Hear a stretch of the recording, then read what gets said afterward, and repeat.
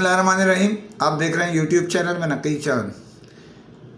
दोस्तों, इन दिनों एक जो टैक्स है जिसे हम सेल्स टैक्स का नाम दे रहे हैं हुकूमत की जानिब से, जो 18% और 25% लगाया गया है, यानी $500 से कम अशिया जो मोबाइल मंगवाए जाएंगे उन पर 18% और $500 से 501 से लेके इससे अबव जितना वो 25%।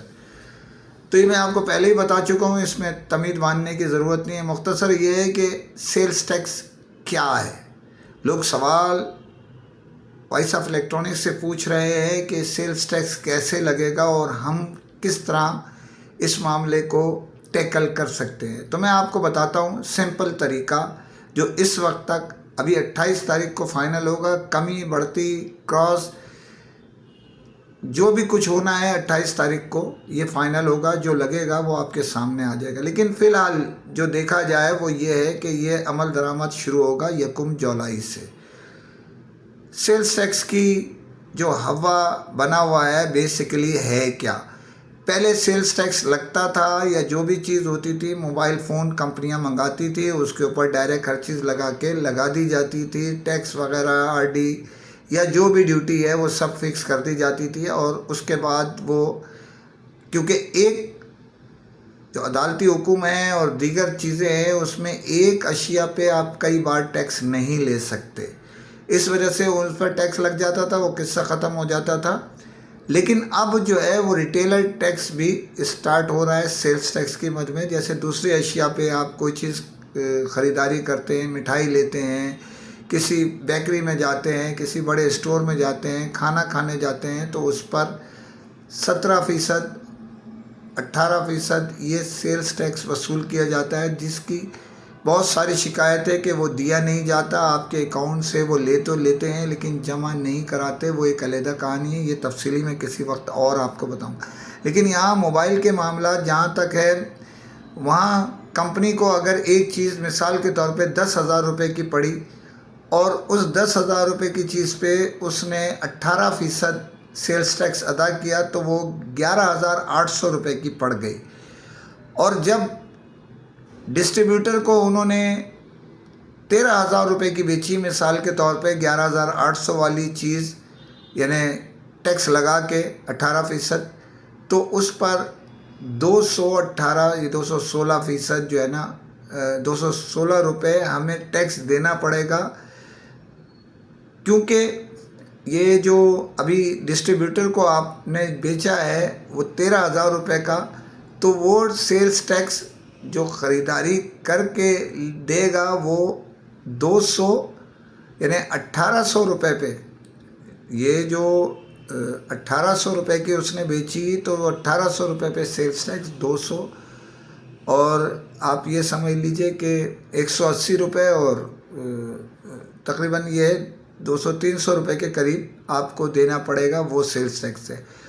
और डिस्ट्रीब्यूटर ने रिटेलर्स को, जो दुकानदार हैं उन्हें बेचा, ये मिला के समझ लो 14,000 रुपये का।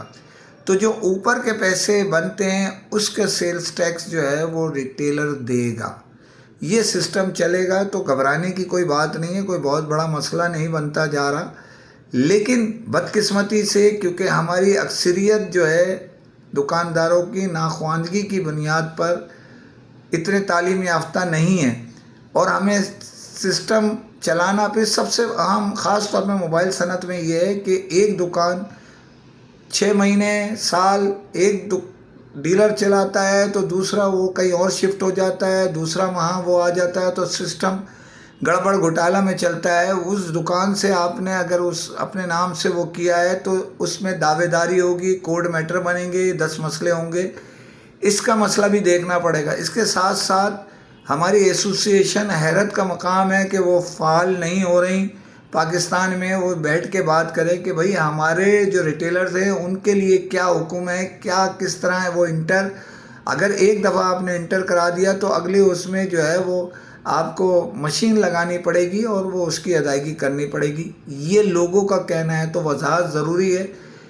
हमारी एसोसिएशन को चाहिए कि मुख्तलिफ FBR के हुकाम से, सेल्स टैक्स हुकाम से बातचीत करें और उन्हें आगाही दें। अगर कोई रज़ाकाराना तौर पर रजिस्टर होना चाहता है तो उसमें बग़ैर पैसे लिए काम को इंटर कराएं ख़ुद अपनी निगरानी में, और उसका नंबर इशू करवा दें ताकि वो स्टॉक की ख़रीदारी करें। अब ये तो तस्वीर का एक रुख आपको बता दिया मैंने, अब क्या होने जा रहा है मज़ीद तफ़सीलात आपको दूँगा। उसकी आड़ में जो है धड़ाधड़ सेट महंगा ड्यूटी की एलसी खोल रहे हैं। एलसी की उसमें लोगों से पैसे लिए गए और बड़े ठीक ठाक पैसे लिए गए और उनको परसेंटेज दिया गया अपने मामलात के लिए। किसी को 2%, किसी जगह 3%, किसी जगह 3.5% तक अपने माल को बेचने में अदायगी की गई। ये एक जंग अलहदा चल रही है, तफसीली आपको ख़बर पहले भी दे चुका हूँ, मज़ीद उस पर रोशनी डालूँगा। लेकिन जो माल स्टॉक मंगवाया जाएगा अरबों रुपए का, वो किधर बिकेगा? क्योंकि पहले ही माल पड़ा हुआ है, तो 3 से 4 महीने लोगों को समझने के लिए चाहिए, इस मामलात को देखने के लिए चाहिए। तो सबसे पहले जो ये बंदरबाट हो रही है पैसे की एक्स्ट्रा, इसको बंद होना चाहिए। छोटा डीलर पिस गया है, बड़े के पास पैसा है, वो ब्लैकमेलिंग करके माल उठा रहा है या अपने स्टॉक की बात कर रहा है तो वो परसेंटेज ले रहा है। लेकिन वो परसेंटेज ले रहा है तो फ़ायदा सारे बड़े डीलर को हो रहा है, छोटे को नहीं हो रहा। डिस्ट्रीब्यूटर को चाहिए अपनी ज़हनी हमांगी करें और लोगों को अदायगी एक्स्ट्रा, रिटेलर से लेके दूसरे तरीके भी उनके लिए आगाही के पैदा करें ताकि वो आपका माल बेचें। माल बेचने वाला रिटेलर होता है, होलसेलर के साथ मामलात आपके होते हैं, कंपनी के मामला डिस्ट्रीब्यूटर से होते हैं। तो अभी फंसा हुआ मामला चल रहा है, बहुत सारी कहानियाँ आ रही हैं इसके अंदर, मैं आपको बहुत कुछ बताऊँगा इंशाल्लाह। इजाज़त चाहता हूँ।